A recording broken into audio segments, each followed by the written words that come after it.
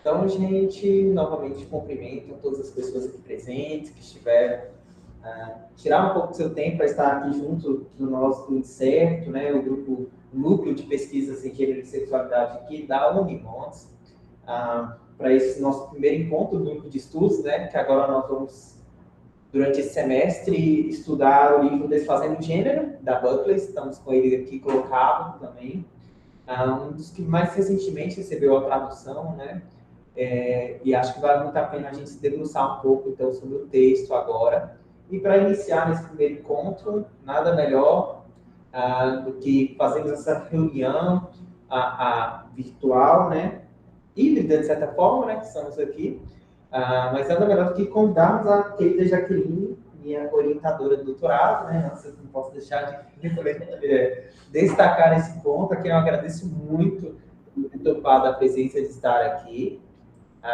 Agradecendo também ao GPEG, né, o Grupo de Estudos e Pesquisa em Gênero e Violência da Unimontes, que você deu espaço. Estamos aqui direto no laboratório do grupo. Então, eu vou fazer aquela apresentação formal, né, que vocês estão acostumados, ler o currículo, apresentar, e eu passo a palavra para a Jaqueline, onde ela vai fazer essa grande introdução a respeito da obra de Butler, da Butler como um todo. E depois nós vamos abrir, talvez, se alguém tiver algum questionamento, alguma ponderação a fazer, fique muito à vontade. Lembrando que nossos grupos, eles acontecem de forma quinzenalmente. Nós temos a divisão já dos capítulos e vamos com uma agenda de encontros até dezembro. Fiquem muito à vontade para participar. Então, a Jaqueline Moraes Teixeira, né, era professora adjunta no Departamento de Sociologia da UNB, doutora em Antropologia Social na Universidade de São Paulo, onde também obteve o título de mestre. Ela possui graduação em Ciências Sociais pela USP e graduação em Teologia pela Universidade Presbiteriana Mackenzie. Pesquisadora do SEBRAP, o Centro Brasileiro de Análise e Planejamento, realizando pesquisas na área de gênero, raça, sexualidade e religião. Pesquisadora do MESILA e pesquisadora colaboradora do ISER, né, do Instituto de Estudos da Religião e do NUMAS, o Núcleo dos Marcadores Sociais da Diferença da USP. Desenvolveu um estágio de pós-doutorado no CEM, o Centro de Estudos da Metrópole, vinculado ao Departamento de Ciência Política da USP. Atualmente é vice-coordenadora da Comissão de Gênero e Sexualidade da ABA e membro do Comitê Editorial dos Cadernos Pagu. Além de professora da UNB, atualmente segue como professora colaboradora na área de Educação em Ciências Sociais, Desigualdades e Diferenças no Programa de Pós-Graduação em Educação da USP. Suas áreas de pesquisa são de religião e marcadores sociais da diferença, educação e direitos humanos, sujeitos e políticas. Então, novamente, muito obrigado por aceitar o convite, já querendo dividir um pouco do seu tempo conosco. E passo a palavra para você iniciar a exposição, então.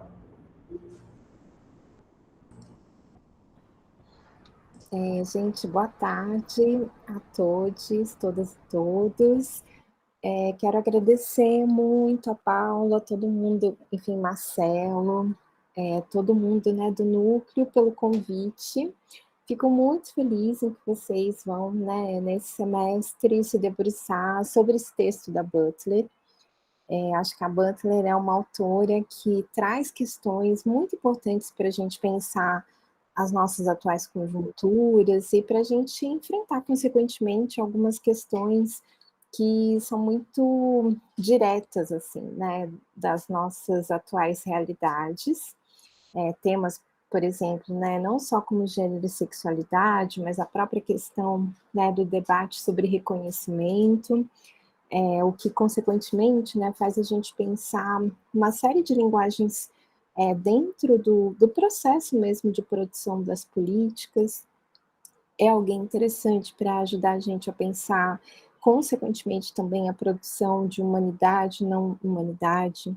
Alguém que nos últimos tempos eu acho que tem, né, tido uma preocupação maior em estabelecer diálogo com teorias, né, e textos que de alguma maneira se aproximam mais de uma dinâmica mais decolonial, no contexto latino-americano, né, para pensar consequentemente a intersecção com as questões relacionadas à raça, etnicidade, produção de políticas. Então, enfim, né, já estou aqui fazendo um merchan bom exatamente para todo mundo ficar bem animado, né, para poder realmente ler esse texto e, a partir desses textos, consequentemente, ler outros. Enfim, o Paulo já fez uma apresentação super generosa minha, mas, obviamente, foi uma apresentação acadêmica, né, e a apresentação acadêmica acaba não falando de coisas que são substanciais para a vida e para a educação, como, por exemplo, o signo da gente, né? E eu sou, obviamente, libriana,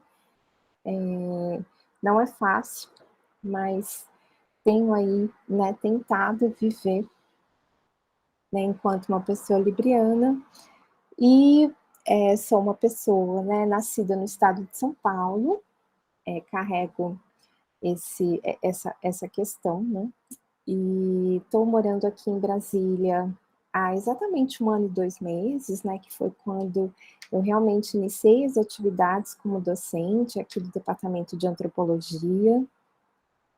Não, Simone, minha querida, a gente não é indecisa, a gente é justa, é diferente. É só mesmo um processo constante de ponderação. E, enfim, né, e sou, consequentemente, né, uma pessoa de família nordestina, então nesse processo, né, de migração nordestina para o estado de São Paulo, o que também, né, me coloca numa relação de muita proximidade com a trajetória de muita gente aqui do Distrito Federal e muitos alunos da UNB, que são pessoas que também estão no Centro-Oeste, mas que os familiares, né, são todos de família nordestina. Sou uma pessoa, uma mulher negra de pele clara, consequentemente, né, eu sou fruto de uma família interracial, e o que, de alguma maneira, né, me trouxe sempre para a vida todos os desafios e, ao mesmo tempo, algumas passabilidades possíveis, né, nesse contexto da interracialidade, né, de viver em contextos de interracialidade. O que eu pensei, na verdade, para hoje, e a partir também, né, mais ou menos do que o Paulo tinha me passado, exatamente, eu acho que fazer uma introdução sobre o pensamento da Butler. Eu acho que com 2 objetivos fundamentais, né? O primeiro deles, realmente, para todo mundo se sentir mais confortável em relação ao acesso ao texto, e o segundo, um mecanismo de sensibilização mesmo, porque todo mundo tem muito medo de ler a Butler, todo mundo acha os textos muito difíceis, e realmente são, né? Mas é importante a gente, eu acho que de alguma maneira, ir pensando um pouquinho, né? Algumas coisas centrais que atravessam a obra dela, que eu acho que pensar nesses conceitos e nessas questões ajudam a gente bastante enfim, a se preparar um pouco mais para não se assustar tanto com o modo como ela constrói a narrativa, né, filosófica dela. Óbvio, né, por uma questão, assim, até mesmo que a gente está na internet, então preparei uma coisa mais positiva, mas, assim, se sintam confortável em perguntar, ou então não tem nenhum problema em interromper, tá? E aí, porque pode ser que fique até mais fácil, né, de responder alguma coisa assim. Quem quiser, então, usar essa mãozinha do Meet, né, que eu brinco que é mãozinha de pentecostal, né, levanta assim.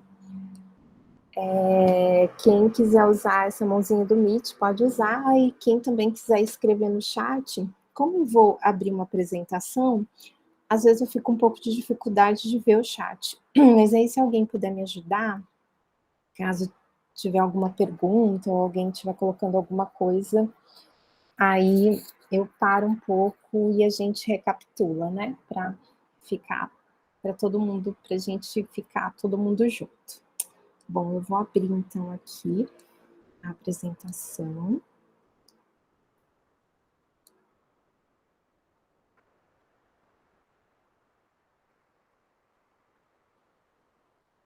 Tá dando para ver? Ótimo. Então, vamos lá, né?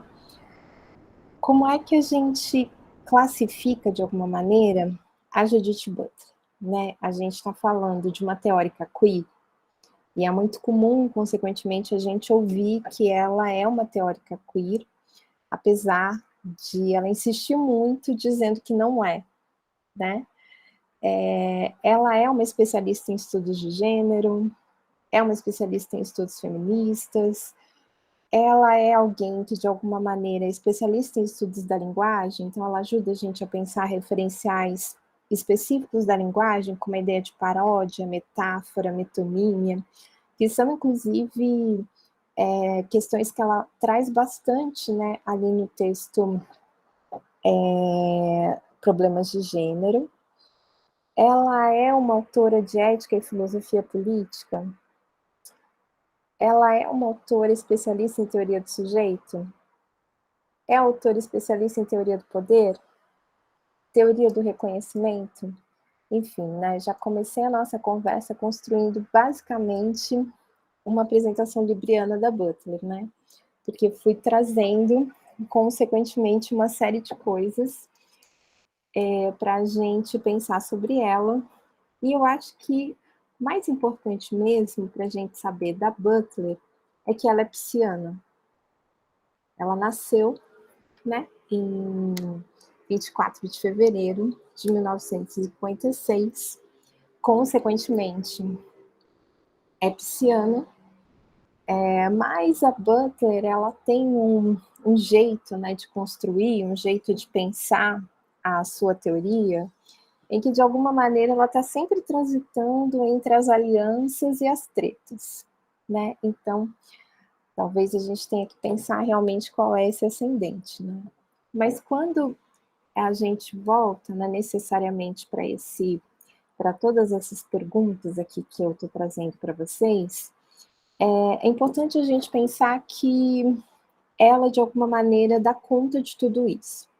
O que, consequentemente, ajuda a gente a entender que, nas palavras da Butler, e ela faz questão de falar isso em várias entrevistas, e nos últimos tempos a gente tem tido mais contato com as entrevistas dela traduzidas para o português, em que ela faz questão de alguma maneira, se pensar muito menos como alguém que contribui para uma área específica do conhecimento filosófico e se pensar muito mais como alguém que lida com um problema substancial.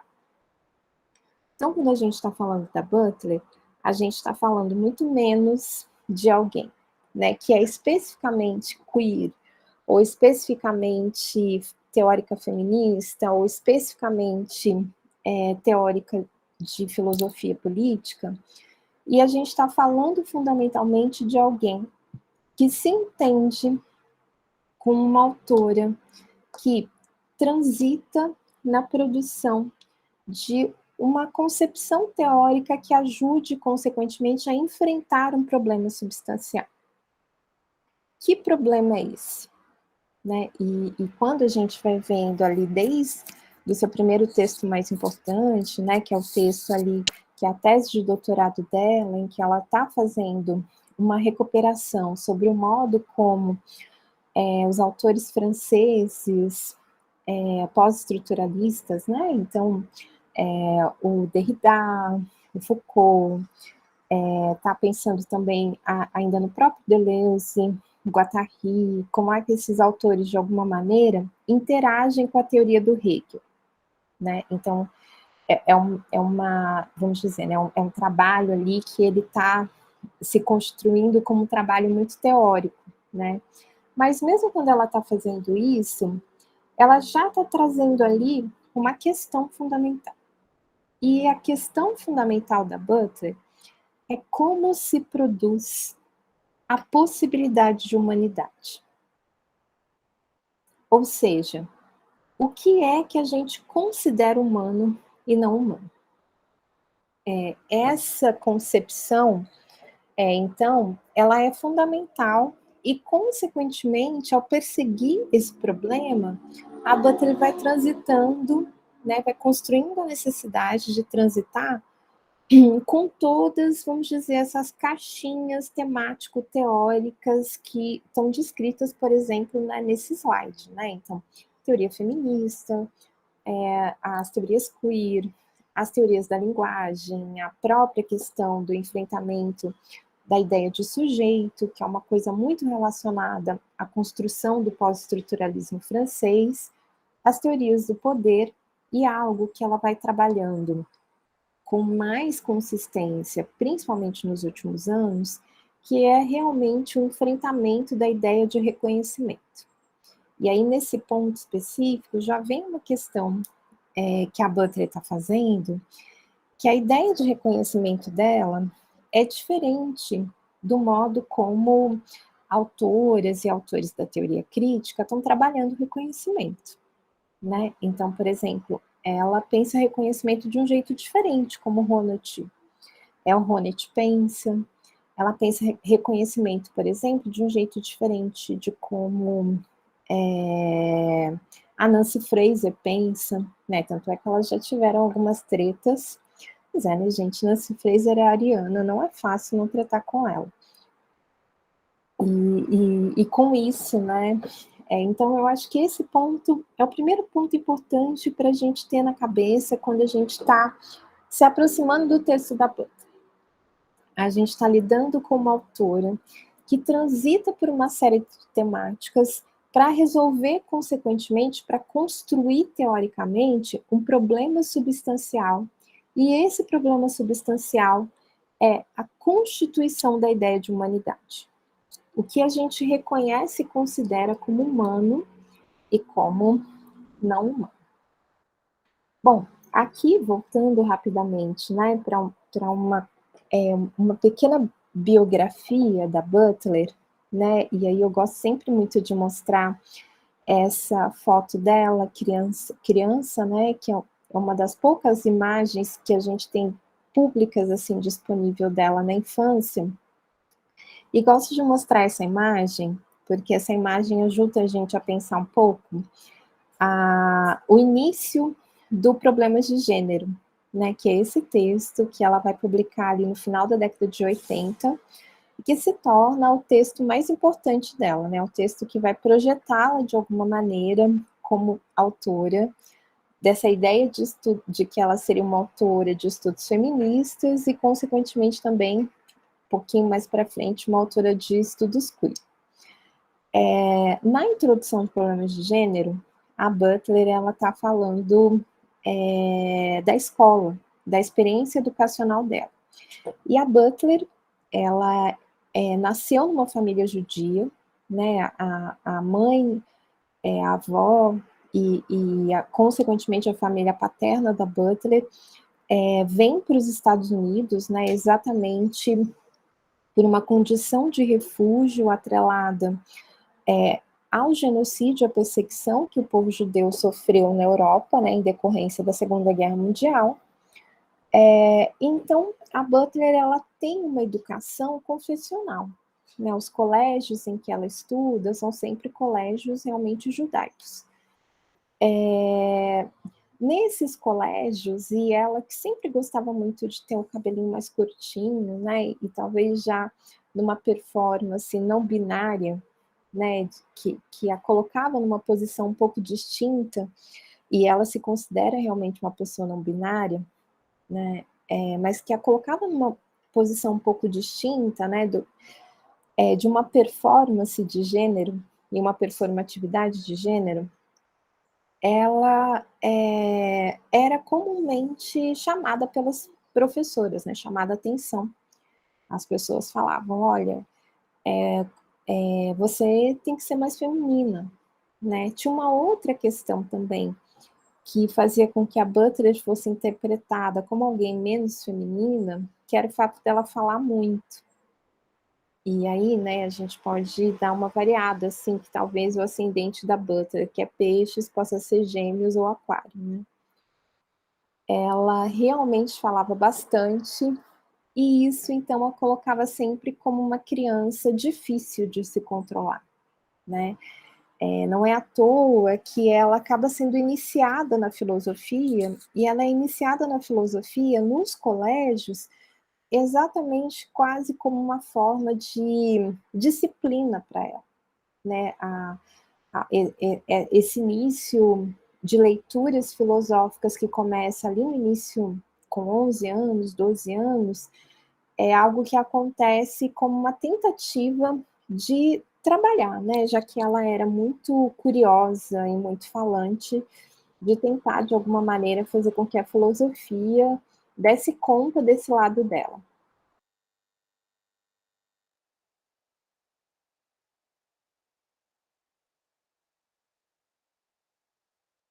Eu, né? Aguardar um minutinho, deve estar voltando.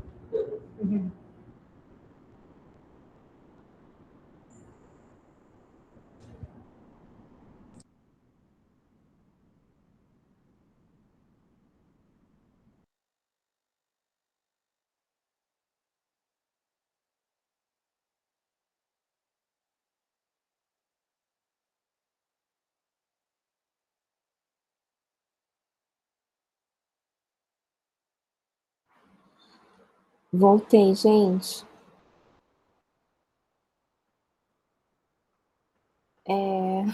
A minha gata apertou a pata aqui no...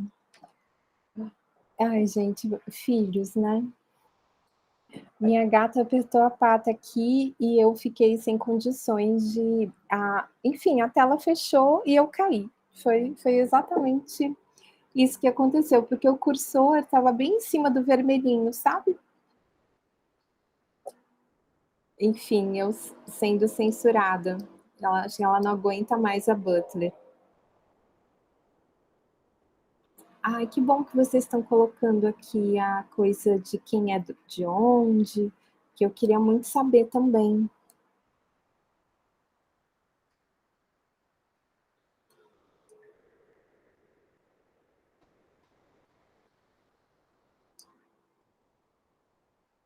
Ai, desculpa, gente, tá dando para ver de novo, né? Sim, dá sim.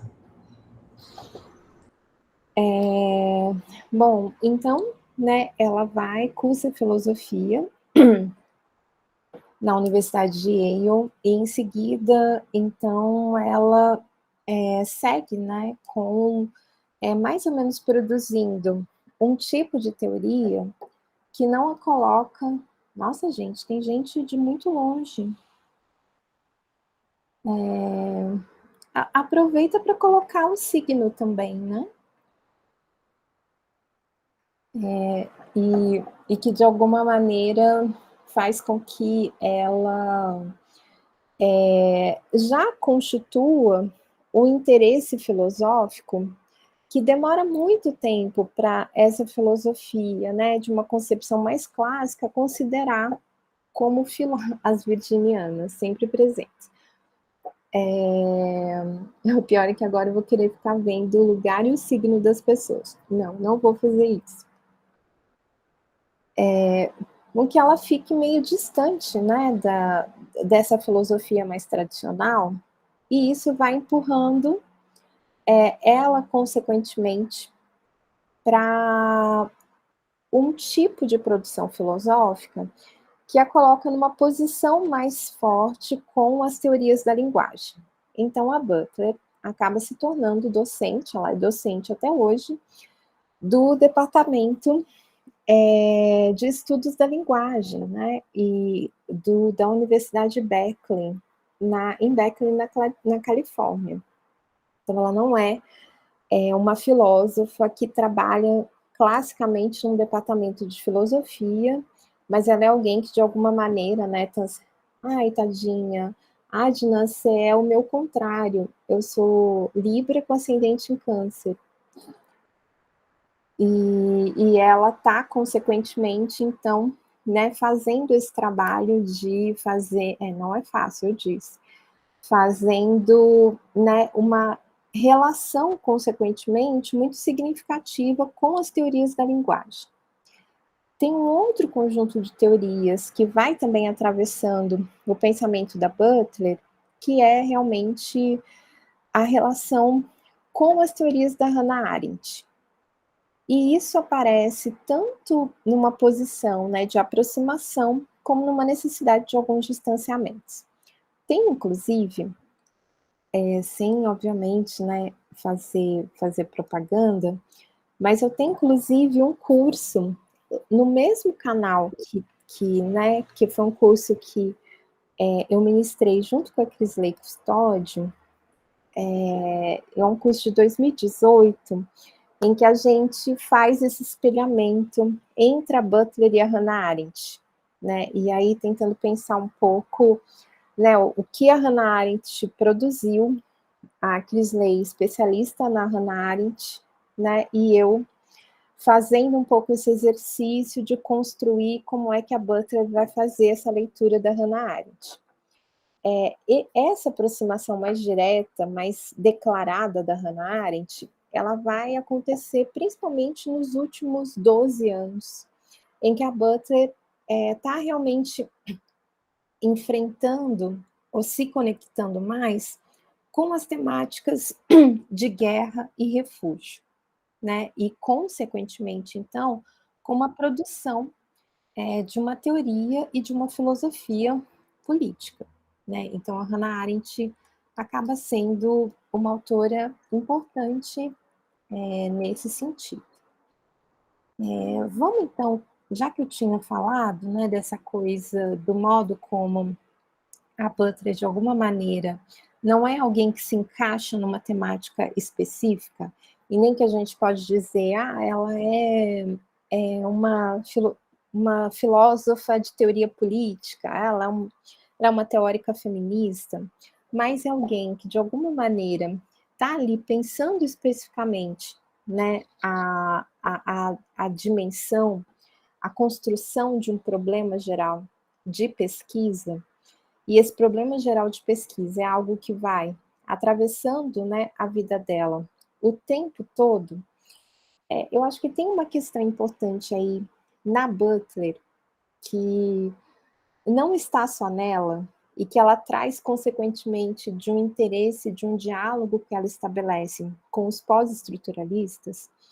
Eu estou falando, né, dando de barato essa coisa de pós-estruturalista, achando que todo mundo sabe, mas é óbvio que a gente nunca é obrigado a saber de nada nessa vida, né? No Brasil, você posa muito, né? A gente tem os pós-estruturalistas, os pós-pagos, né? Os pós-graduandos. Mas quando a gente está falando especificamente do pós-estruturalismo, a gente está falando, e aí estou, obviamente, né, fazendo uma concepção muito grosseira, né, muito resumida, mas a gente está falando basicamente de um grupo de autores franceses que vai construir teorias que se distanciam e interpelam, consequentemente, as teorias estruturalistas.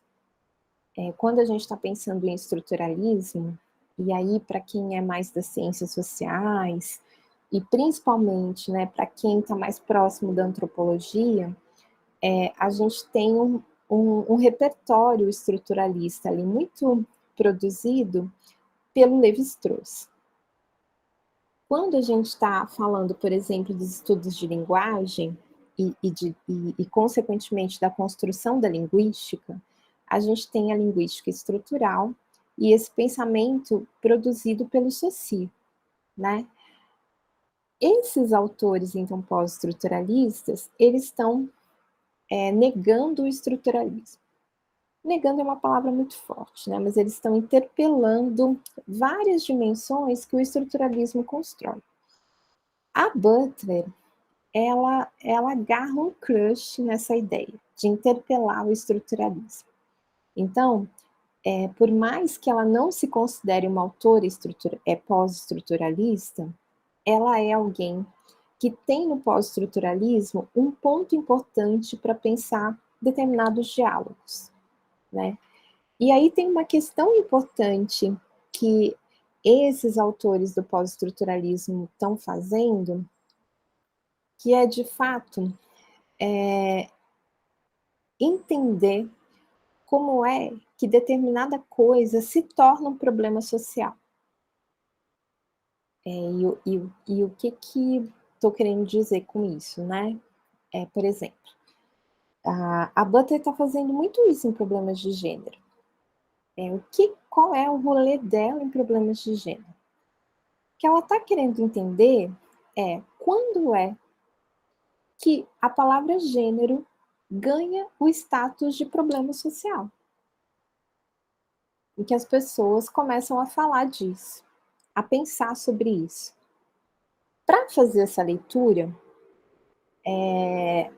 o processo, então, de entendimento sobre a construção de um problema social exige, consequentemente, Elisa, falando direto de São Paulo, exige, consequentemente, que a gente entenda que um determinado problema, para ser construído, ele depende sempre de um processo. Consequentemente, esse olhar e essa filosofia que a Butler está produzindo, conectada à construção de um determinado problema, ela exige um lugar importante para a história. Né? E, consequentemente, para a necessidade de compreensão de um determinado processo social que vai construir algo como um problema. Mas não é qualquer história. E não é qualquer historiografia. E aí, um dos pós-estruturalistas que vão ser importantes para Butler nesse momento, dois, na verdade, né? São Essa é bem parecida com o a sua Derrida agora. e o Foucault. Ah, parece que bonita azul, você não gostou, não? Acho que é a mesma coisa. O Derrida, Parecida, né, com a sua? ele de alguma maneira vai ser Não gostou desse aqui, importante, não? né, na Azul? construção desse processo. Ele vai ser importante na construção desse processo, né, que a Butler está fazendo, consequentemente, no entendimento da ideia do que seria esse problema, na medida em que ele está pensando a vida social como uma linguagem, né? E pensando, consequentemente, como é que a gente constrói determinadas linguagens para pensar, enfim, para viver em sociedade. Se o Derrida ajuda, consequentemente, né, nesse olhar da vida, do social como uma linguagem, o Foucault vai contribuir com o uso, né, Foucault, libriano, Derrida. Derrida eu esqueci. Eu achava que era geminiano, mas agora eu não lembro. Enfim, se alguém puder ver na internet, é uma contribuição aí. O Foucault libriano, que está trazendo de outro libriano, que é o Nietzsche, a ideia de genealogia. A genealogia é importante porque a genealogia, ela se constitui... Ai, gente, não acredito que o Derrida também é libriano. Gente, é todo mundo de ar. Enfim, deixa eu me conter aqui. De que dia ele é? É porque o Foucault e o Nietzsche nasceram no mesmo dia, né? 15 de outubro. O Derrida, ele nasceu dia 15 de julho. Ele faleceu em outubro. Acho que alguém está confundindo. Ah, ele é canceriano. Ah, tá. Faz mais sentido. Tudo faz sentido agora. Tudo faz sentido. Obrigada, viu? Bom, e do Foucault, então, a ideia de genealogia. A genealogia, ela ajuda a gente, consequentemente, a construir um olhar histórico, que ele é um olhar que está preocupado em usar determinado recorte do passado para explicar o presente. Então, Foucault, por exemplo, ele chama a genealogia como uma história do presente. Qual é a história que a Butler está trazendo sempre que ela quer construir o processo para entender o modo como determinada categoria se torna um problema social? Categoria linguagem se torna um problema social. Ela está pensando essa história como genealogia, porque o interesse da Butler não é reconstruir um passado. O interesse da Butler é compreender o presente. Tudo bem até aqui? Mesmo? E aí, a gente tem, então, uma outra questão importante, que se essas teorias pós-estruturalistas, elas são pensadas como teorias construcionistas, ou o construcionismo ou construtivismo, que não é o construtivismo da educação, é o construtivismo sociológico, tá? Ou o construcionismo sociológico. O que é que caracteriza essas teorias? Elas se caracterizam pela necessidade de pensar a construção do problema. Pensar a construção de um problema me leva onde? Me leva a essa ideia de que eu preciso, consequentemente, eu estou trazendo um pressuposto substancial de que tudo é social. Então, as teorias construcionistas ou construtivistas, elas estão partindo realmente dessa ideia que tudo é social.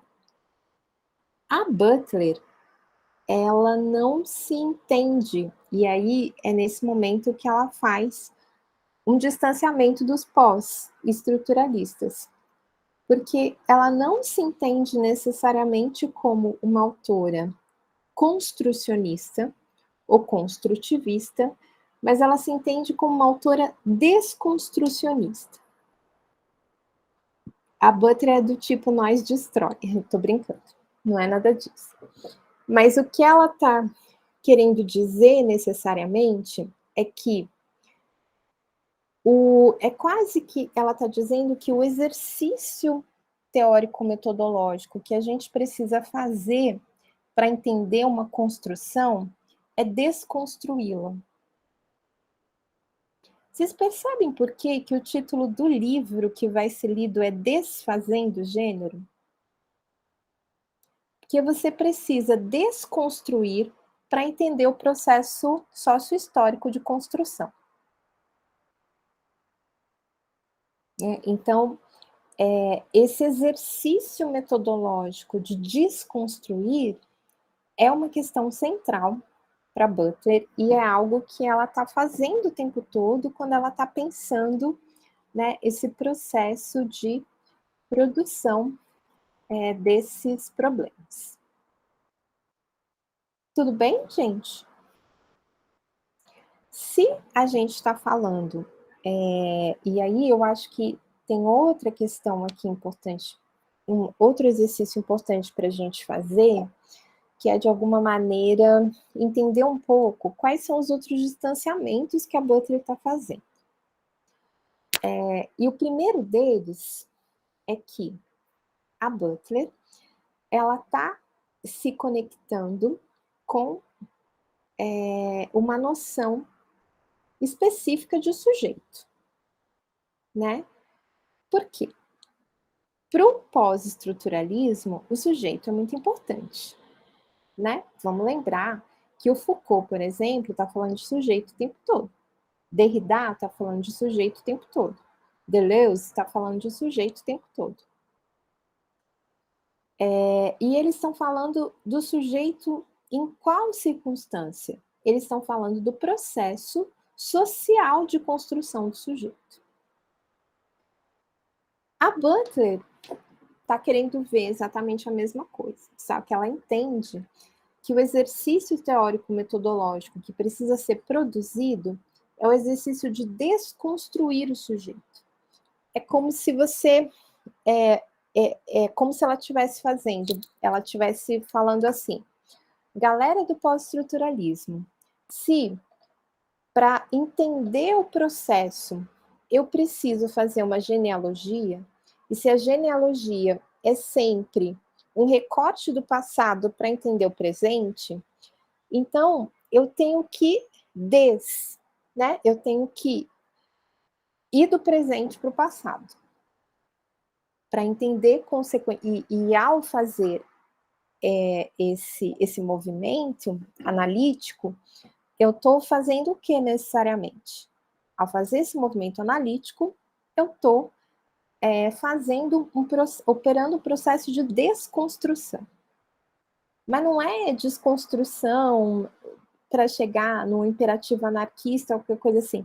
É uma desconstrução que vai me ajudar a compreender o estatuto da construção.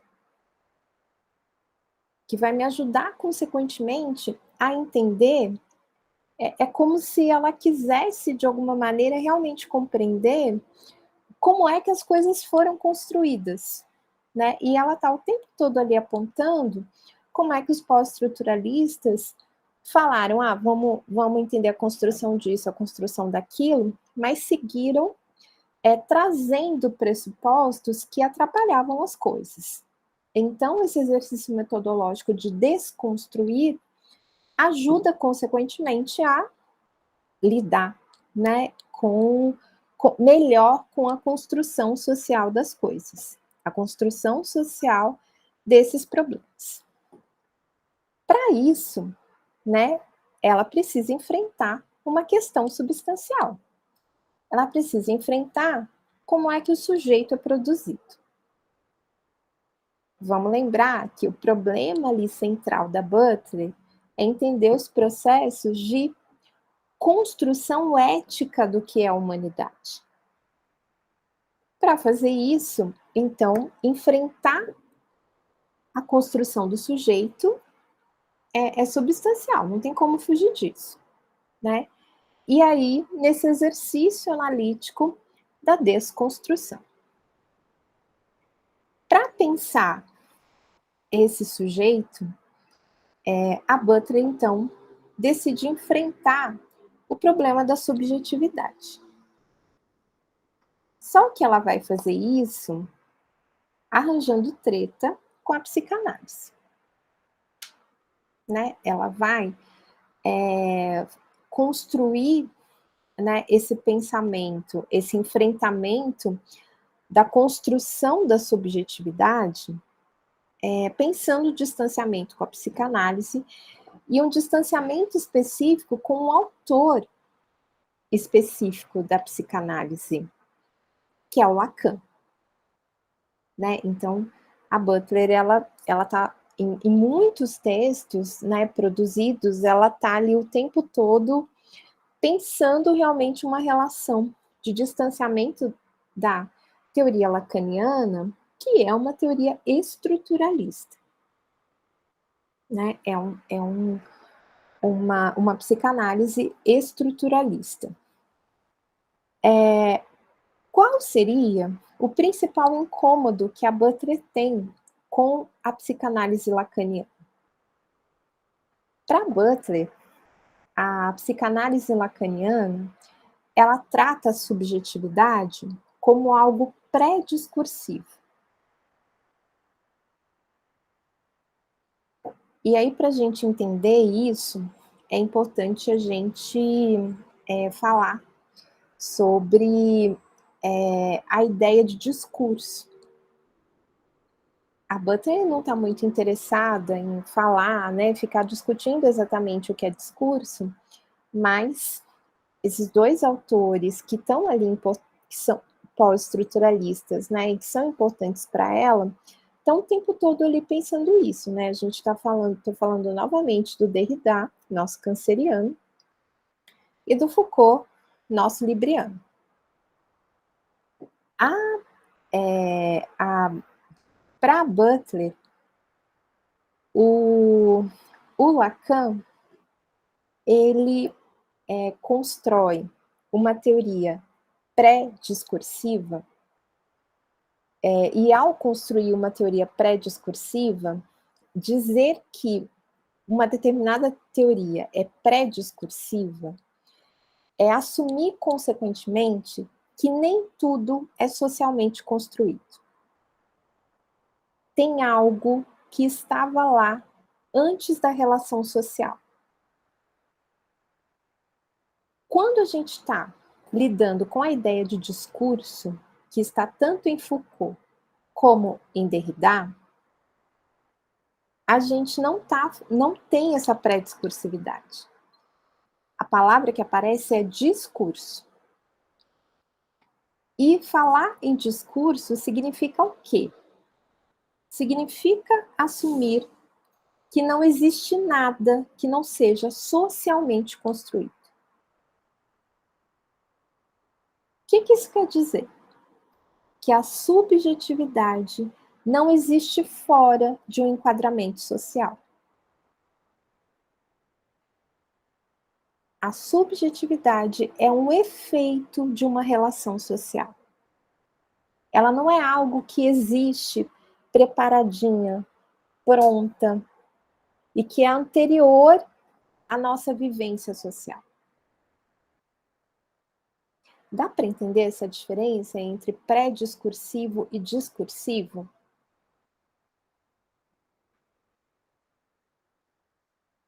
Dá?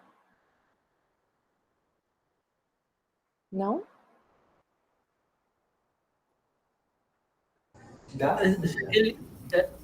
Diga, Rodrigo. Eu gosto sempre do exemplo que a Viviane Vergueiro ela traz para pensar essa questão da pré-discursividade, né? Uhum. Que ela fala das questões de gênero dentro de um certo tripé, né? Que seria pré-discursividade, binariedade e permanência. E quando você trouxe a história de Butler lá no começo, eu acho que de alguma maneira isso se articula agora também, né? Porque a Viviane, quando ela fala de pré-discursividade, ela vai pensar, por exemplo, inclusive os grandes movimentos contemporâneos de generificação, né? Como o chá de revelação, por exemplo. Ou se cria uma pré-discursividade em relação ao corpo que chega. Então, ninguém espera que aquele bebê que vai chegar seja uma travesti, seja uma pessoa não binária, né? Seja um homossexual, né? Uma lésbica. Ninguém espera um corpo com deficiência, né? Ninguém aguarda a dissidência, né? Então, a pré-discursividade. E aí, ao longo da vida, vai se criando outros mecanismos reiterativos disso, né? Então, a binariedade vai dizer que o quê? Só existe dois modos de experimentar gênero. Ou seja, você é do sexo masculino ou você é do sexo feminino. Então, o que Butler passou tem a ver com isso, né? Se algum traço, né, supostamente entendido como de masculinidade, um corpo que nasceu com uma vagina, então isso, de alguma maneira, desvia do que é esperado, né, de uma binariedade. Então, vão haver várias ofensivas para esse terceiro ato, né, que seria a permanência, ou seja, você precisa permanecer naquele gênero. Você faz algum movimento de resistir ou de ultrapassar essa fronteira, enfim, acho que é mais ou menos isso. Isso, Rodrigo, perfeito. É isso mesmo. Quando a Butler está fazendo toda essa dimensão para pensar o conceito de gênero, o que ela está dizendo exatamente é que a questão que o gênero levanta não é só uma questão biológica especificamente, mas é algo que está no Estatuto da Linguagem. E nesse Estatuto da Linguagem, o gênero é uma pré-discursividade. A gente já nasceria, né, pronto. Né? Então, isso estaria fora da possibilidade de relação social. Né? O que ela está fazendo o tempo todo, então, é deslocar a leitura sobre o que seria a subjetividade desse sujeito. A subjetividade desse sujeito não seria algo que está ali psicanaliticamente pronto, fechado, né? E que nasce pronto e interage, né? Então sofre, enfim, né? Sofre ali todas os efeitos da vida em sociedade, mas tem ali uma essência, né? E o que a gente tem que fazer o tempo todo é descobrir essa essência. O que ela está dizendo? Ela está deslocando. A subjetividade para Butler não seria algo de uma self fechada ali, inconsciente, mas uma materialidade. E o que significa pensar a subjetividade como uma materialidade? Significa, fundamentalmente, assumir que a subjetividade é algo que a gente vê, que a gente toca. Consequentemente, né, é possível acompanhar o processo de construção de subjetividade. Se a subjetividade é algo que a gente toca, que a gente vê, o que é a subjetividade? A subjetividade é um corpo. É aí que se torna imprescindível, impossível não falar de corpo. E tudo que ela vai fazer, consequentemente, é preciso considerar o corpo. Por quê? Porque o corpo é a materialidade. E aí, não significa que a teoria lacaniana não fale de corpo, né? Mas, ou as teorias estruturalistas de uma forma geral. Mas nas teorias estruturalistas, o corpo é uma representação de uma self. Ou seja, essa self estaria ali escondidinha, fora do agir social, fora da interação social, e eu estou ali, consequentemente, olhando para o corpo como uma representação dessa self. A Butler está invertendo isso. A self não é a self que existe e vem o corpo depois. É o nosso corpo que constrói socialmente a possibilidade de reconhecimento de um self. Ou seja, né, é o fato de eu ser, assim, alguém reconhecida como uma mulher cis, né, e consequentemente, com todos os atravessamentos e intersecções que eu vou performando nesse meu processo de existência, que me permite construir na relação social meu self e minhas selfies também. É porque tá tudo junto, né? É o meu corpo, é a materialidade desse corpo e a interação social constante com essa materialidade que está construindo isso. Então, acho que esse é um ponto, assim, muito importante, porque ele é um ponto que realmente atravessa ali o pensamento da Butler no geral. Isso mesmo, Isa. Outra coisa importante é que a Butler, se ela está ali querendo, então, assumir o discurso e se distanciar da ideia de pré-discursividade para pensar o sujeito, então ela está se distanciando também de outros autores dessa filosofia, de uma filosofia mais classicamente reconhecida. Como, por exemplo, a filosofia cartesiana do Descartes, Russell, e a fenomenologia e o Sartre. Então, a Butler, de alguma maneira, ela se distancia do Sartre e estabelece relações de aproximação e distanciamentos também com a Simone de Beauvoir, que é alguém que ela cita bastante no Problemas de Gênero, vai trazer para o Desfazendo o Gênero também, mas que ela, de alguma maneira, estabelece a necessidade de produzir os distanciamentos. Por quê? Porque ela acredita que esse pensamento, né, da Beauvoir e do Sartre, apesar de ter um lugar específico para construção social, mantém uma pré-discursividade. E essa pré-discursividade seria trazida pela psicanálise lacaniana e pelo sujeito da psicanálise lacaniana presente no pensamento tanto da Beauvoir como do Sartre. Em relação, né, ao Descartes,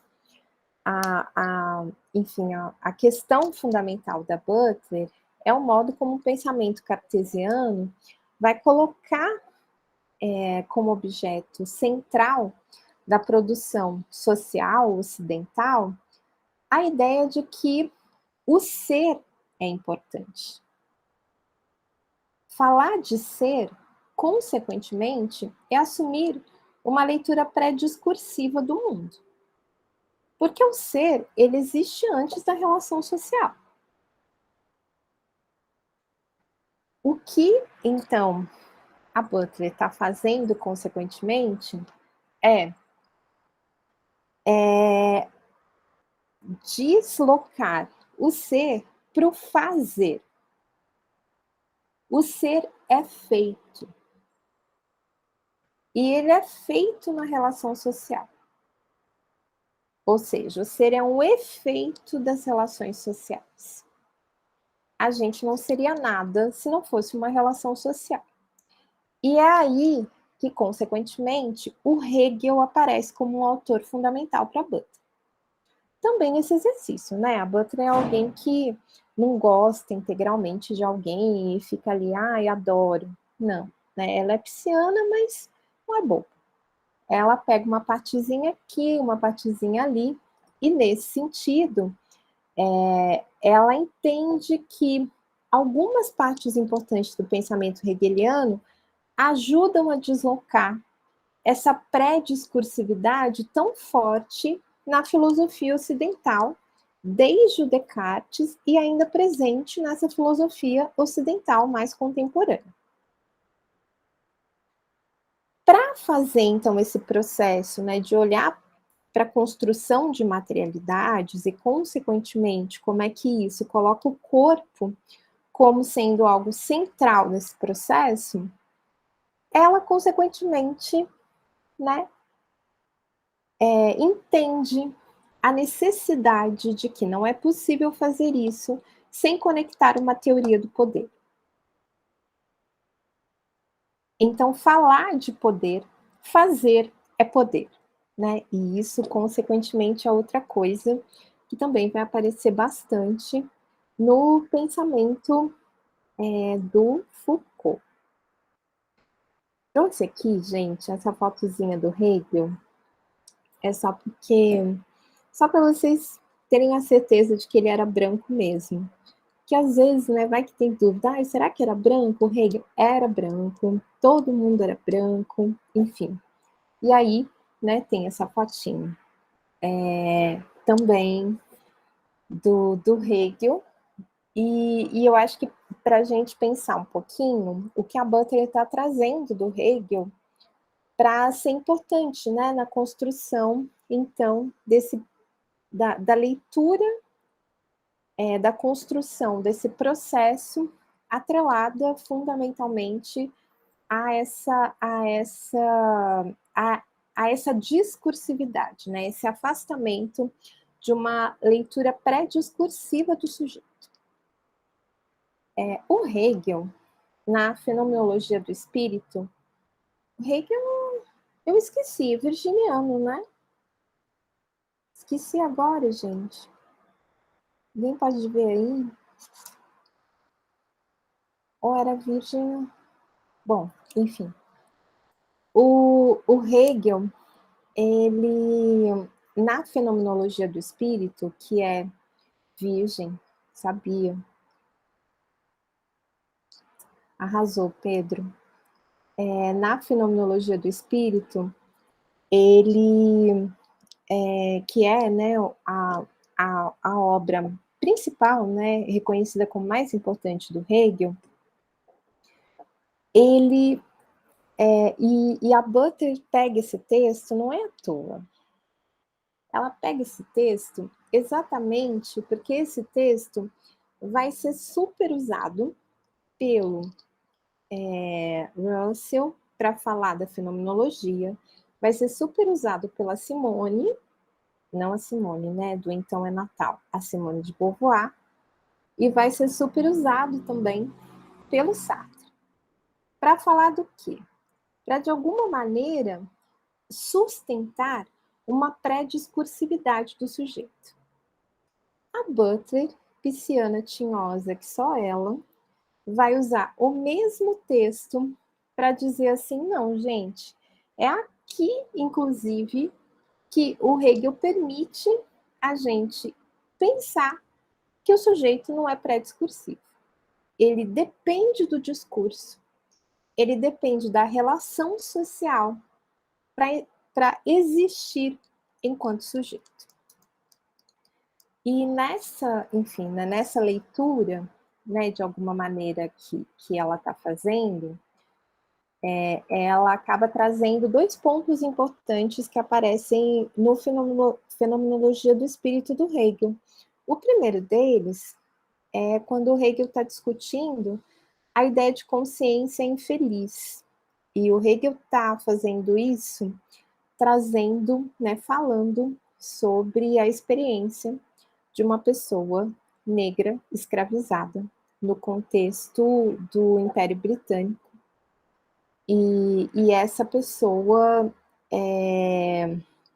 faz ali, né, a mão de obra, né, tem toda a mão de obra dela de trabalho, trabalha o tempo todo, e esse trabalho ela vai fazendo, e quando ela tá, enfim, quando o senhor, né, desse escravizado pega para si a materialidade desse trabalho, o que foi produzido, e assina, a pessoa escravizada desaparece do processo de construção do produto. Isso é o capitalismo, né? O Hegel está dizendo, nesse momento da alienação da assinatura do que produziu, da materialidade, é esse momento que a pessoa escravizada se dá conta de que é um sujeito. Por quê? Porque ela percebe nesse encontro em que ela percebe que ela não existe.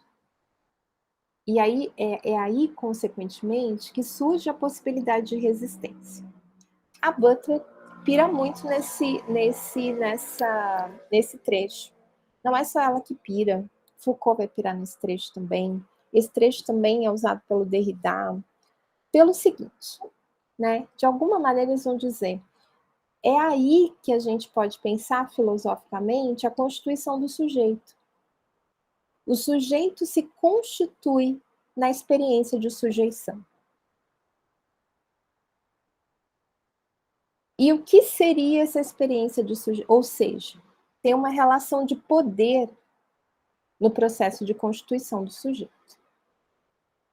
E a experiência da sujeição, ela é sempre uma materialidade. A materialidade do próprio corpo e a produção material desse corpo. Né? Essas duas coisas, elas estariam, de alguma maneira, sempre muito conectadas. É na experiência de sujeição, então, que o sujeito, enfim, ou seja, é na relação, é no encontro que a gente se reconhece como sujeito. E é, consequentemente, da experiência de sujeição que vem a possibilidade de resistência. Que a gente percebe que, para ser sujeito, a gente precisa resistir àquela sujeição.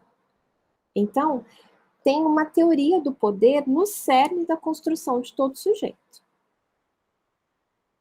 E essa teoria do poder tem uma ambivalência que vai o tempo todo transitar entre a sujeição e a resistência, né? Essas duas coisas, elas vão estar ali sempre muito atreladas.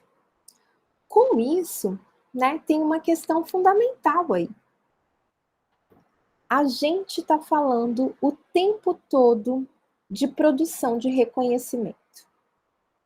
O sujeito só se torna sujeito quando ele é reconhecido por outro. O reconhecimento é fundamental. Não existe sujeito sem reconhecimento.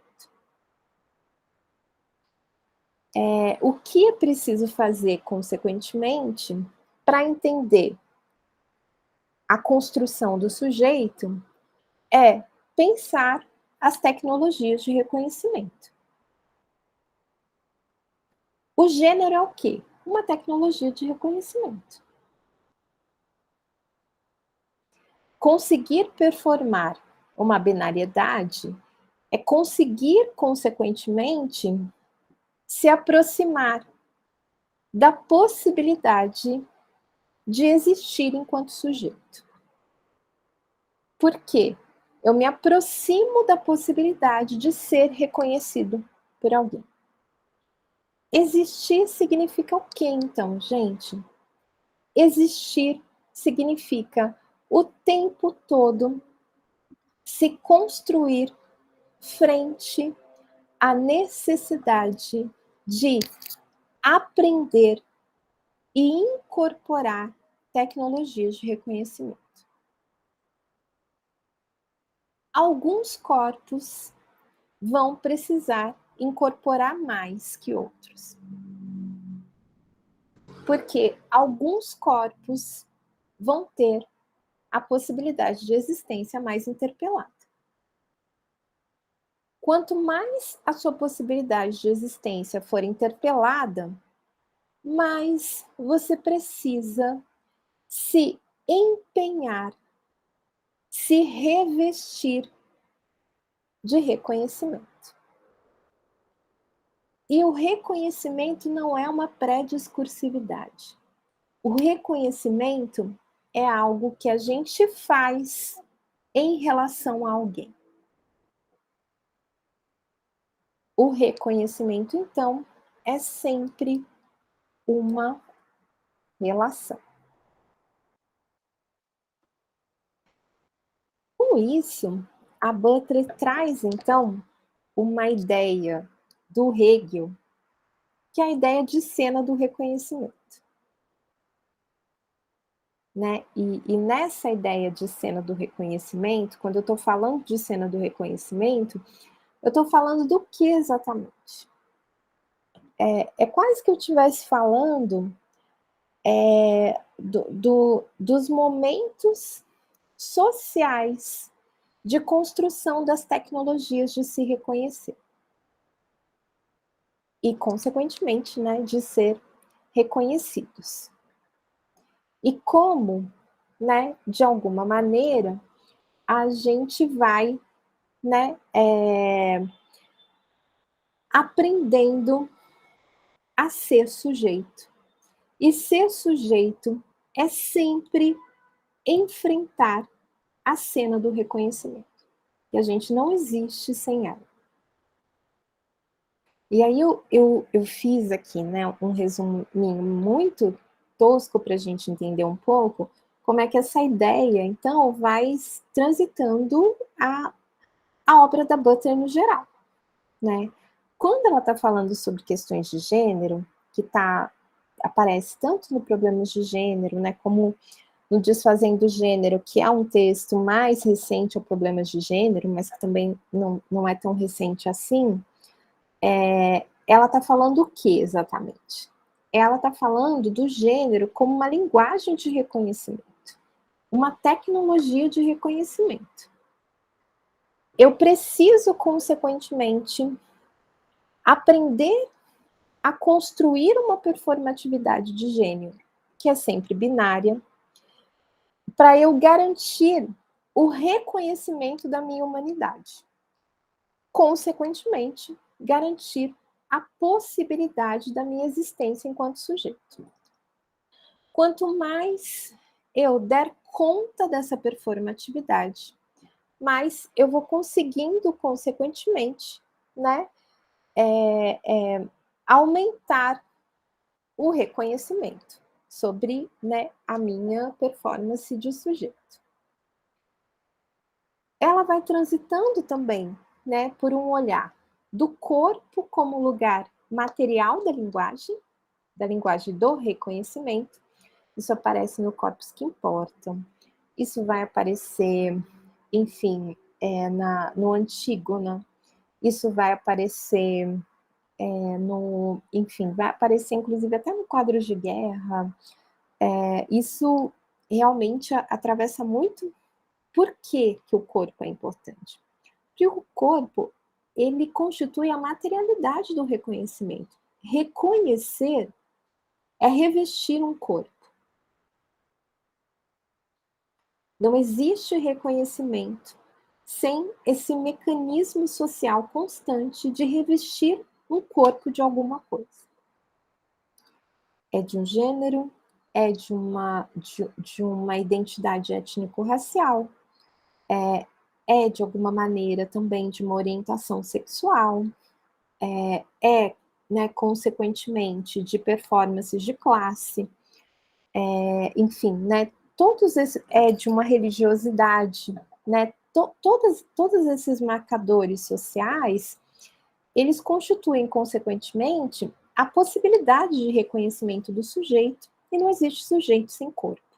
E é o corpo que disputa o reconhecimento, né? O corpo, ele está ali o tempo todo espiando esse reconhecimento. E aí, né, eu acho que uma questão final que aparece com mais força, né, nesses últimos trabalhos da Butler, que é realmente a ideia de pensar violência, né, e violência ética como uma linguagem de poder e de reconhecimento, né? O que ela está dizendo mais exatamente, é claro que isso está numa continuidade com todas essas coisas que ela vem pensando o tempo todo, é que, né, se constrói o tempo todo, né, possibilidades de reconhecimento. E a violência, ela recai sempre sobre o corpo cujo reconhecimento vai ser disputado. Então, esse corpo, que por uma série de motivos sócio-históricos não consegue dar conta da performatividade da sua humanidade, esse corpo vai ser foco de violência. E aí a ideia de violência ética, que é uma coisa que não é só a violência como esse agir direto sobre o corpo, mas a violência como um reconhecimento, né? A violência como essa capacidade da gente justificar eticamente que aquele corpo se encontre naquela situação. Tipo, se não tivesse com aquela roupa, isso não teria acontecido. Se não tivesse morando nesse lugar, isso não teria acontecido. Isso é violência ética, e isso é tecnologia de reconhecimento. E aí, gente, eu vou aqui para os finalmente, porque eu já estou chegando nos 50 minutos. Eu já passei. Será que eu já passei? Eu acabei esquecendo aqui de marcar o cronômetro. À vontade, Oi? fica à vontade, pode ficar tranquila. Não, mas o pior é que eu tenho outra coisa às 7h30. E aí eu quero ouvir também vocês. A gente encerra geralmente às 6h30, por aí. Nossa, então daqui a pouco mesmo.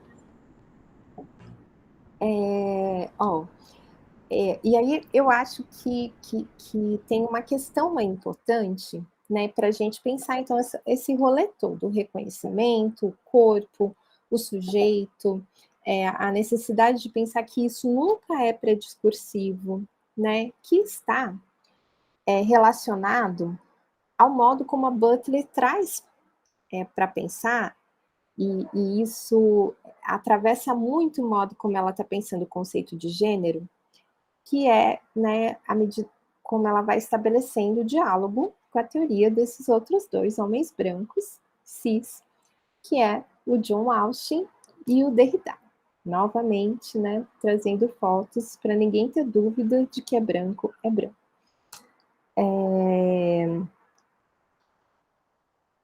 O Austin e o Derrida, eles vão ser importantes para Butler construir a ideia de performatividade. E a performatividade, que começa ali no início da obra dela pela noção de performatividade de gênero, exatamente, de performatividade de gênero, ela é algo que, de alguma maneira, né, vai sendo fundamental, porque é a performatividade é uma capacidade, e uma capacidade social que a gente vai adquirindo para fazer com que o nosso corpo dê conta do reconhecimento, né? Para fazer com que esse nosso corpo, de alguma maneira, né, assente, revista o que é preciso para que a gente tenha a nossa humanidade reconhecida. E isso vem, né, então, muito pensado no início da obra da Butler pela ideia de performatividade de gênero. O Austin e o Derrida vão ser importantes, primeiro porque o Austin está trazendo a ideia de atos performativos. E no caso do Derrida, ele está, consequentemente, pensando a ideia de performativo a partir de duas palavrinhas difíceis, mas que são interessantes para a gente pensar, que é a ideia de iterabilidade e citacionalidade. Vamos rapidamente para o Austin, esse homem branco dos atos performativos. O Austin, ele é alguém importante porque ele vai disputar aquela ideia de construção de significado muito presente, por exemplo, quando as teorias estruturalistas estão pensando a noção de significado, né? Elas estão falando, enfim, né? Por exemplo, estruturalismo, a gente tem o significante, o signo, o significante e o significado. Consequentemente, tem uma questão aí que é a coisa do conteúdo. O Austin, ele está dizendo, o significado não é um conteúdo, ele é uma forma. E é aí que ele traz a ideia de atos performativos. O que seria um ato performativo? Seria essa coisa de que eu comunico, não é pelo conteúdo do que eu estou falando, mas é pela imagem que isso produz. Né? Então, é por isso que o corpo seria o foco do ato performativo. Porque o corpo é que, consequentemente, estaria aí, né, no centro dessa comunicação.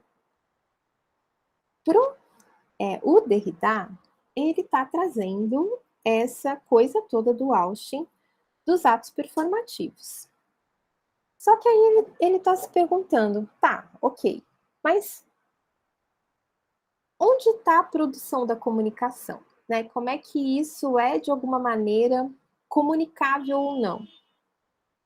E aí ele vai dizer, a performatividade, ela precisa produzir o tempo todo uma iterabilidade e uma citacionalidade. O que significa esses dois palavrões? A iterabilidade seria a capacidade de a gente, sei lá, vou pensar aqui no exemplo, enfim. Se eu, de alguma maneira, fizer assim, isso é o que para vocês? Um joia? É joia para todo mundo? É assim, né? Alguém, inclusive, Gustavo, inclusive, levantou um joia. Só que o joia significa o quê?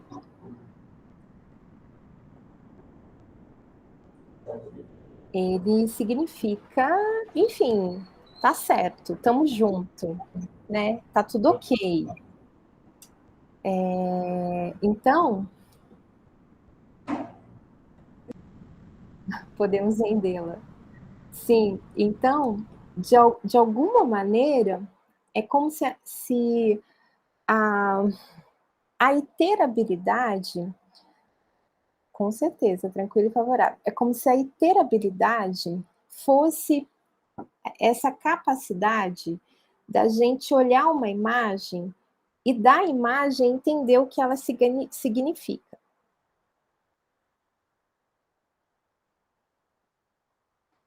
A citacionalidade é a capacidade da gente corresponder a esse significado.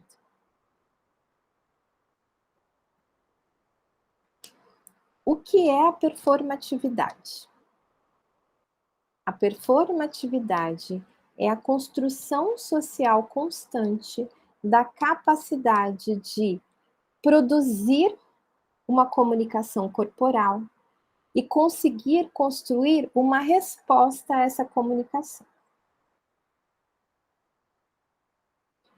Quando a Butler traz isso para pensar performatividade de gênero, o que ela está querendo dizer?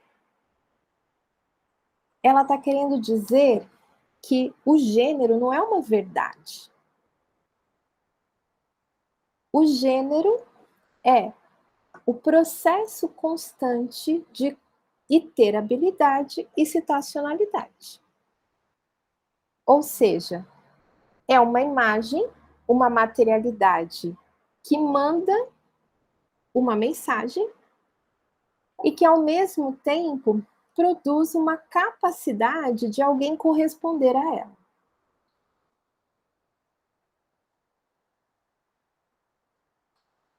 Quando a gente está falando, então, né, da ideia de reconhecimento da nossa humanidade, e esse é o principal problema da obra da Butler no geral, a gente está falando o tempo todo que, desde que a gente nasce, a gente é colocado num processo social em que o nosso corpo precisa o tempo todo sustentar uma iterabilidade e uma citacionalidade.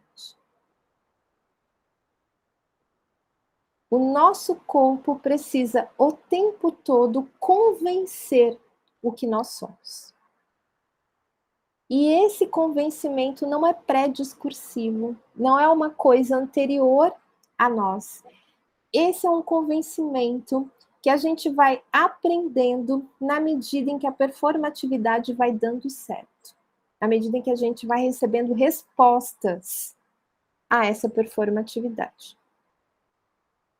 Sabe aquela coisa? Você faz uma determinada foto, uma selfie, assim, despretensiosa, depois de ensaiar bastante, mas fingindo despretensiosa. E aí você vê que com aquela selfie, aquela deu muita curtida, muitos corações, alguns foguinhos, algumas coisas assim. Você vai calcular para repetir outras vezes. Se não dá, você já fica assim, eu acho que não rolou. Eu vou ter que repensar né? Talvez tirar de outro jeito, talvez não publicar esse horário, talvez não tenha ficado muito boa mesmo a foto. Isso já desestrutura completamente a gente. Pois é, exatamente. O que a gente, o que esse sujeito é? Esse sujeito é um corpo que está o tempo todo construindo a sua capacidade de ter habilidade e de citacionalidade. E essa capacidade passa por uma identidade de gênero, essa capacidade passa por uma orientação sexual, passa por um pertencimento religioso, passa por uma identidade étnico-racial, passa por uma concepção de classe, passa por um pertencimento territorial. Né? Vai passando o tempo todo. Acho que essa ideia final, assim, ela é muito importante para a gente pensar realmente como é que a Butler está vendo, né? Essa questão toda do gênero. Vou parar por aqui, gente, porque a gente é professora, a gente dá uma empolgada, né? E aí você vai preparando um monte de coisa, mas eu acho que já tem, enfim, acho que já joguei bastante coisa aqui. Então, eu acho que é importante, enfim, ver se alguém quer falar alguma coisa. Sim, eu posso mandar, com certeza. Então, eu vou desconectar aqui o slide, agradecer vocês, né, pela escuta, e a gente segue conversando. Então é isso, obrigado, Jaque, por compartilhar um pouco do conhecimento com a gente. Essa altura que é um desafio, né? Eu sempre acho que é um desafio. Por isso, quando eu via muita gente citando Butler, eu achava que talvez as pessoas não reconheçam a verdadeira profundidade dessa obra, né? Que realmente é muita complexidade envolvida, muito o que se pensar, muito o que se inovar. Então, agora é o momento, então, para as perguntas, para as considerações. Inclusive, o Renan colocou uma questão aqui já. Não sei se você já queria responder, então, e abrir também para outras pessoas também. A Marília pode ficar à vontade, se preferir abrir o microfone, à vontade. Já tem questão no chat? Eu acho que eu acabei perdendo. Eu vou reler o Renan, se o Renan também quiser complementar, né, fica à vontade também para abrir o microfone, mas ele colocou aqui, ó, mas se a performatividade for inconforme, não inteligível, ele colocou ali às 18h32. E a Maria, se quiser já, porque a gente faz blocos, né? Não, eu acho que a gente pode fazer um bloquinho, não? Ah, sim, exatamente. Marília, fica à vontade. Gente, boa noite, Jaqueline. Muito obrigada, assim, ajudou. Acho que eu nunca consegui compreender tanto a Butler, assim, que realmente é muito difícil. E eu queria fazer uma pergunta. Você falou um pouco da performatividade que passa por um pertencimento religioso também. E eu queria perguntar se você acha que é interessante pensar a performatividade, se rende também, se rende dessa forma para pensar o contexto de pessoas. Na verdade, eu estudo pessoas que deixaram a religião por questões envolvendo sexualidade e identidade religiosa, mais especificamente uma igreja batista do interior de Minas Gerais. E aí a minha pergunta é mais se a gente pode usar a performatividade para pensar o contexto de enquanto essas pessoas estavam na igreja e a performance que elas tinham dentro da igreja, assim, para reforçar estereótipos mesmo que a igreja coloca, assim. Essas questões de masculinidade, uma certa realmente performatividade, mas o conceito da Butler ajuda a pensar. É isso, obrigada. Obrigada, Marília. Rodrigo. Na verdade, é mais um comentário. Primeiramente, agradecer a Jaqueline, eu acho que, assim como a Marília falou, você fez um passeio por Butler assim, muito incrível, né, de pegar conceitos super difíceis difíceis, assim, pensar e tal. Eu fiquei pensando, eu fiquei com muita curiosidade em relação ao seu trabalho, sobre esse universo mais neopentecostal, e que me remeteu a um filme brasileiro, que, quando eu assisti, me tocou muito de pensar isso. Chama Medusa, né? Que é um contexto meio distópico, mas bem recente, assim, onde mulheres se organizam para espancar outras mulheres, né? E essas mulheres que se organizam para espancar outras mulheres são as preciosas de Cristo, que fazem parte de um grupo, né, de uma igreja evangélica, e elas se organizam para espancar mulheres entendidas como promíscuas, né? Então tem uma mensagem que atravessa muito o filme, que é mulheres que acham que Sexta-feira Santa é carnaval, né? Então tem esse movimento, é um filme, ele está no Telecine, quem tiver assinatura do Globoplay, eu acho que consegue ver.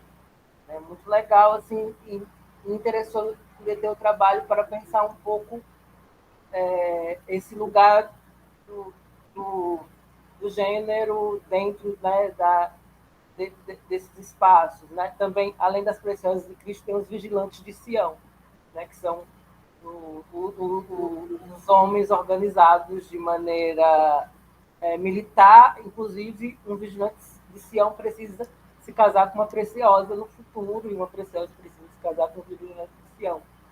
Enfim, uma coisa que me veio essa questão da citacionalidade é uma questão que eu fico sempre pensando, o que quer dizer exatamente isso? Mas me veio algo a partir de uma experiência de um amigo homem trans que contou uma vez que ele estava andando na rua, e aí uma senhorinha parou ele e perguntou: você é um homem ou uma mulher? E aí ele disse: o que você acha? E saiu e deixou a mulher pensando sobre isso. Eu não ia responder essa questão. Essa questão não era minha, era dela.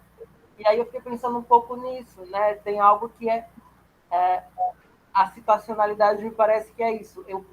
Eu preciso citar o tempo todo os gestos daquele outro que eu não sei do que se trata. Está dentro de um espectro que eu não consigo identificar o que é. Né? E parece que a situacionalidade vem como essa... Ela está junto da iterabilidade, né? Andam juntas nesse sentido. Não sei se é exatamente isso, eu só dei uma viajada. Não, imagina, Rodrigo, nenhuma viagem. Foi ótimo. Júlia, agora. Oi, tudo bem? Primeiro, sua fala foi maravilhosa, muito esclarecedora, incrível. Eu sou da literatura e, assim, na minha pesquisa eu penso em contexto familiar e como o amor romântico é utilizado como ferramenta de manutenção mesmo, que invisibiliza pessoas em diversas condições. E aí eu imagino que nesse livro mesmo, na parte sobre heterossexualidade, vínculos parentais e tudo mais, ela vai tratar de algum jeito de amor romântico, ou como essas construções são legitimadas ou não. Mas eu queria te perguntar se teria alguma bibliografia para indicar, pensando nesse contexto. Assim. É isso.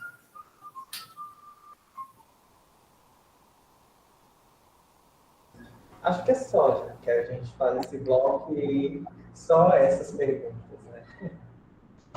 Essas todas. Só essas. Apenas. Apenas. Agora eu vou ver se eu consigo construir uma performatividade de convencimento, né? Eu quero muito, gente, agradecer pelas questões e pelas possibilidades de diálogo também. Eu acho que todas as falas, né, e são muito complementares, e isso é bem bom. E vou começar pelo o Renan, né, quando o Renan está falando de quando a performatividade, né, quando ela não atinge uma iterabilidade ou uma citacionalidade, né, e aí, então, o que a gente tem, né, e acho que essa é uma questão fundamental, primeiro, para a gente entender que a gente não está falando de uma dimensão muito objetiva, né? A linguagem, ela não é objetiva. A gente está falando, consequentemente, de um processo de construção de ética, né? Porque a possibilidade de entendimento é a possibilidade de produção de uma ética, né? Sobre esse sujeito.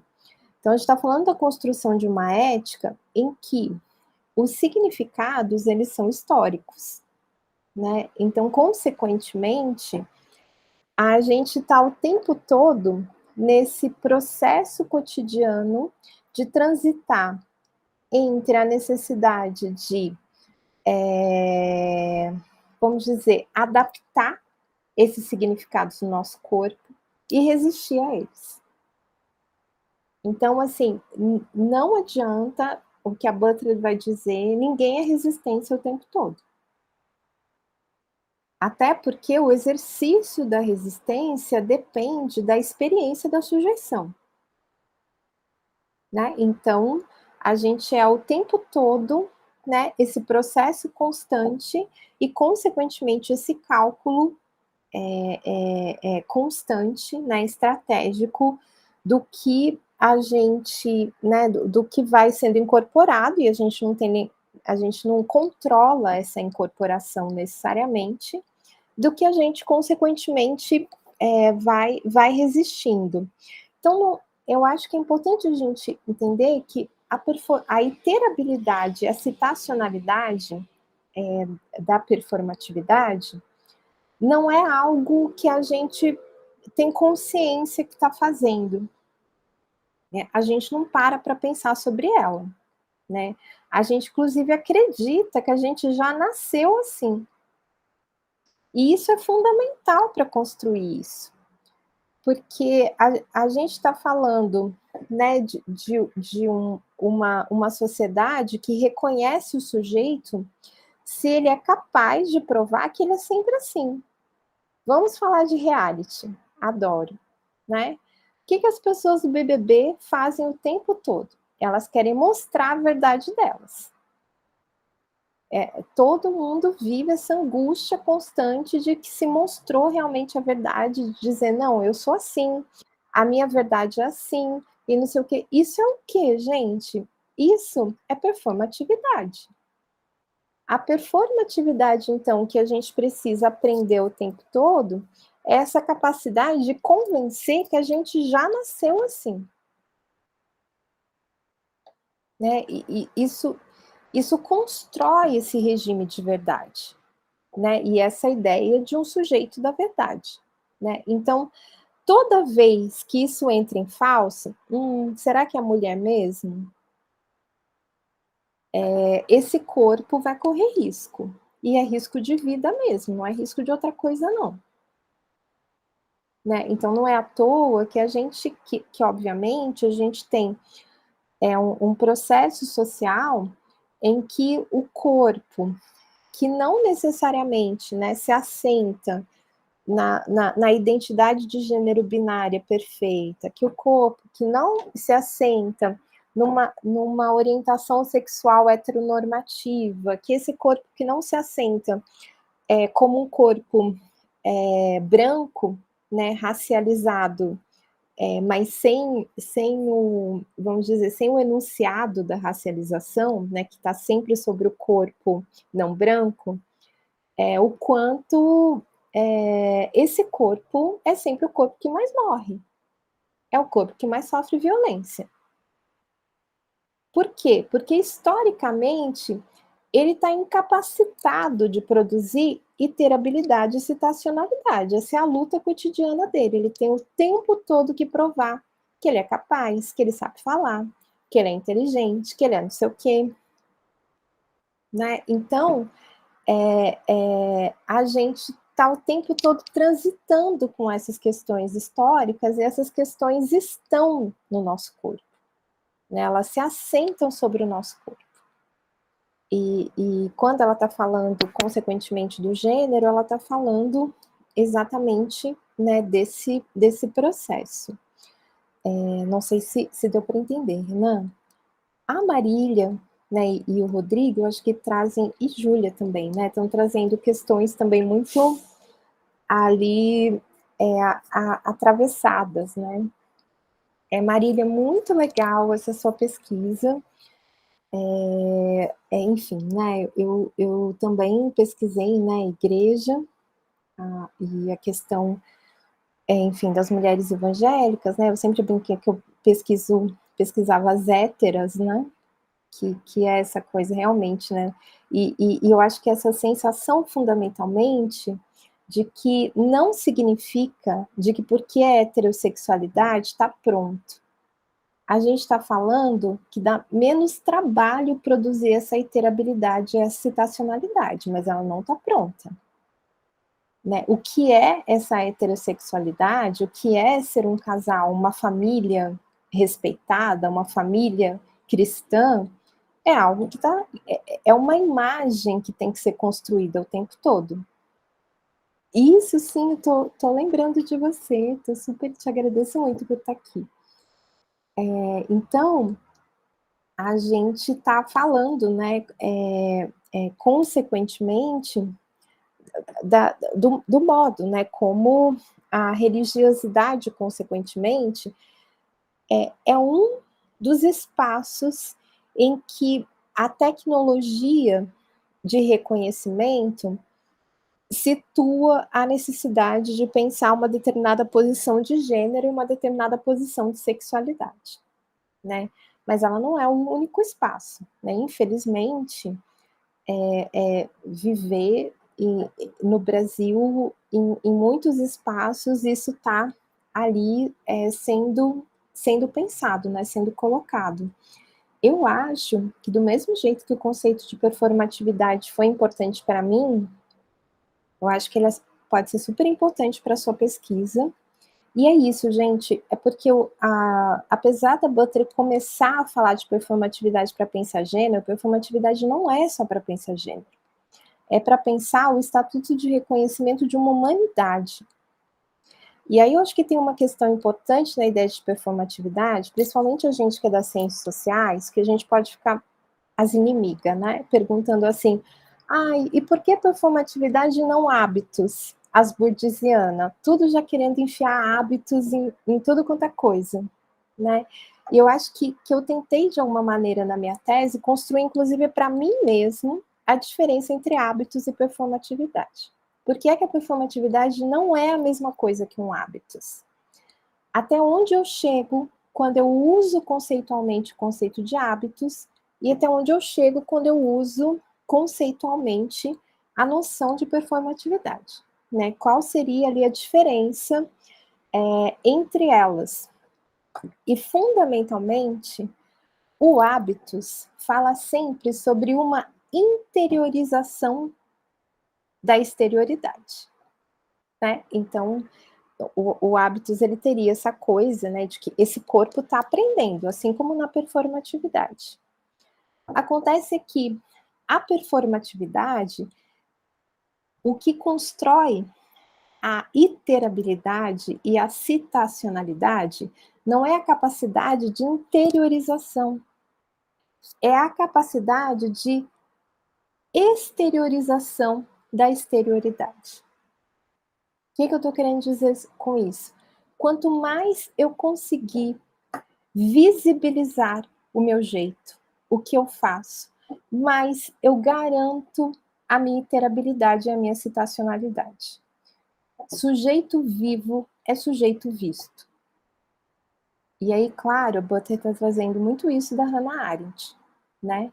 Mas tem uma questão na performatividade que o hábitos não tem, é que esse aprendizado do corpo exige que esse corpo habilite, que esse corpo dê conta de aprender as tecnologias de visibilidade das suas posições. Não adianta ele só internalizar. Ele tem que saber, ele tem que se deixar ver, ele tem que saber se mostrar. Ou seja, ele tem que ser público. E aí tem uma questão fundamental que o conceito de performatividade da Butler, seja de gênero, seja de violência ou de qualquer coisa, está sempre atrelado a uma ideia de público. Porque o sujeito que existe é o sujeito que é visto. Quanto mais esse sujeito for visto, mais ele existe. E mais ele garante a sua possibilidade de existência. É por isso que corpos historicamente distanciados da produção de terabilidade, de citacionalidade, são corpos que precisam, de alguma maneira, se habilitar nas tecnologias de visibilidade. Porque aparecer pode ser uma possibilidade de disputar a performatividade e de, consequentemente, garantir a existência. Né? Então, a aparição, né, e o que a Butler vai chamando de cena de aparição, é muito importante. E aí, né, eu acho que para finalizar, a questão do filme. Obrigada, Rodrigo, por você citar esse filme. Eu não consegui assistir ele ainda, mas várias pessoas já me falaram dele. E acabou que eu ainda não vi, né? Mas eu entendo que a questão é muito essa, né? A gente está o tempo todo entendendo a performatividade como uma identidade. E a Butler não é à toa que ela está usando a ideia de performatividade para se distanciar da ideia de identidade, porque para ela, a gente acaba usando a ideia de identidade para construir uma pré-discursividade. Né? Então, a pessoa, para ela convencer de tal coisa, ela tem que ser sempre daquele jeito.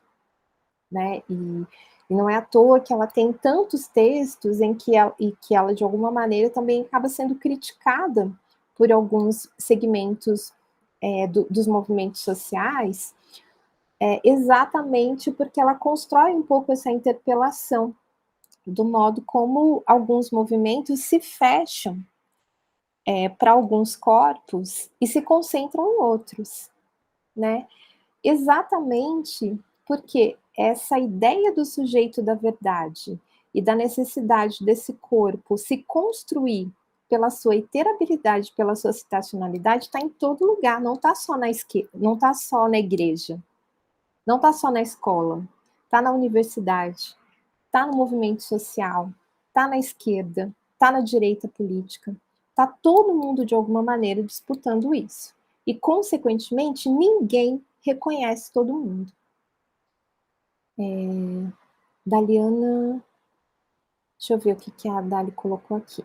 Pode a performatividade ser uma qualidade de desidentificação, tipo não se enquadrar em nenhuma apresentação substancial? Não, porque a gente não consegue fazer isso. Ninguém consegue ser assim, sabe, do tipo assim, nossa, fazer alguma coisa que nunca foi feito antes. A gente já nasce segundo a Butler, né? A gente já nasce numa conjuntura social em que, de alguma maneira, a gente vai o tempo todo dialogando com essa conjuntura. Agora, tem uma questão aí importante. Não é porque a Butler pensa assim que ela é uma pessoa que aposta na reprodução social. Como Bourdieu, por exemplo. A Butler não acredita em reprodução social.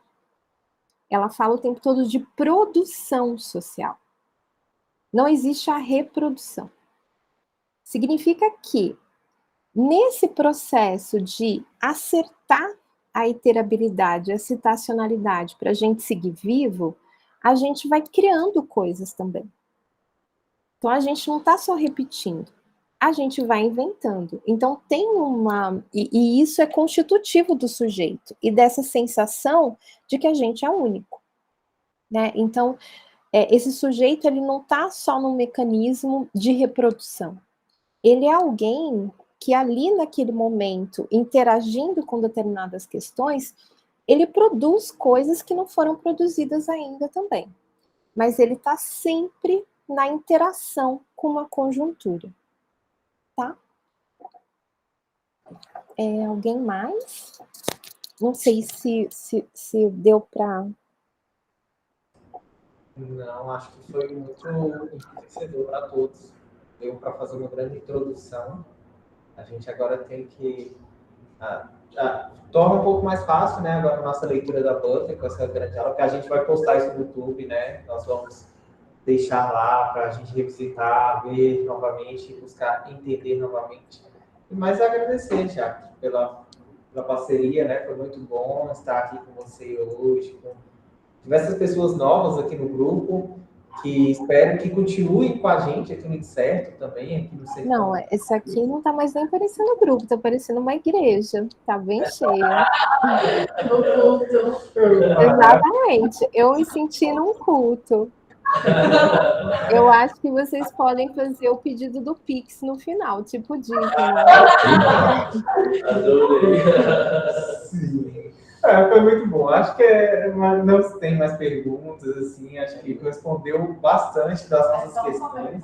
Pode comentar. Meu nome é Gabriela, já prazer. Prazer, Gabi. Só um comentário bem breve mesmo, que quando você começou, porque é meu primeiro contato com Butler, e aí quando você começou a falar de Lacan, eu quase saí, porque a minha psicoterapia é lacaniana, e aí eu falei assim, cara, tá dando tão certo que se agora começar a dar errado, fudeu, sabe? Então, mas eu gostei muito, nossa, achei que foi essencial, foi extremamente pontual, deu uma... Acho que eu perdi o medo até, assim, né? A gente tem muito receio de trabalhar, então acho que foi muito bom. Obrigada. Gabi, pelo amor de Deus, você não vai me virar para a sua psicanalista e falar assim, ai, porque você está sendo pré-discursiva, pelo amor de Deus. Eu vou falar, mas isso que você está falando não existe, gata. Isso foi socialmente construído? Vamos desconstruir primeiro? Olha lá, pelo amor de Deus. Isso, a Dariana até pergunta aí se você tem vontade de fazer um curso de psicanálise. Não, mas tenho amigos que são, viu?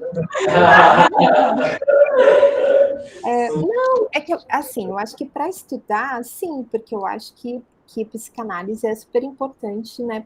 Mas eu ainda nunca me vi, assim... Eu sou muito apaixonada mesmo, assim, pela coisa da docência, de ser professora. Nunca me vi, assim, como uma psicanalista atendendo... Que eu acho que eu sou muito cientista social, socióloga, muito antropóloga, socióloga, e adoro essas filosofias, não é à toa que eu sou problemática. Adoro essas filosofias desconstrucionistas, então eu acho que eu teria mais dificuldade, assim, com a psicanálise pela minha própria formação. Mas estamos aí, né? A vida vai surpreendendo e vai exigindo coisas da gente também. Mas eu acho que é super importante. Eu acho que a gente, inclusive, muitas vezes, nas ciências sociais, acaba não sabendo ler, né? E não entendendo, consequentemente, como pensar essas aproximações necessárias, quando é importante pensar alguns distanciamentos, né? Como resolver alguns distanciamentos, e acho que isso é fundamental, que é uma coisa, por exemplo, que na minha formação eu não tive. Né? Então, isso acaba sendo um desafio na hora de ler, né? Esses diálogos e críticas e por aí vai. Então é isso, eu vou encerrar a gravação agora, novamente reforçando o agradecimento, né? Porque, como vocês viram já, que além de toda a trajetória acadêmica, é uma ótima pessoa também de se lidar na vida real, há muito mais por trás do lápis dela, como ficou claro. Então, muito obrigado por essa colaboração. E eu vou encerrar a gravação, mas aí a gente vai ficar, porque vamos tirar uma fotinha para registrar. Ai, gente, que chique. Abrir as câmeras. Vou encerrar agora. Para.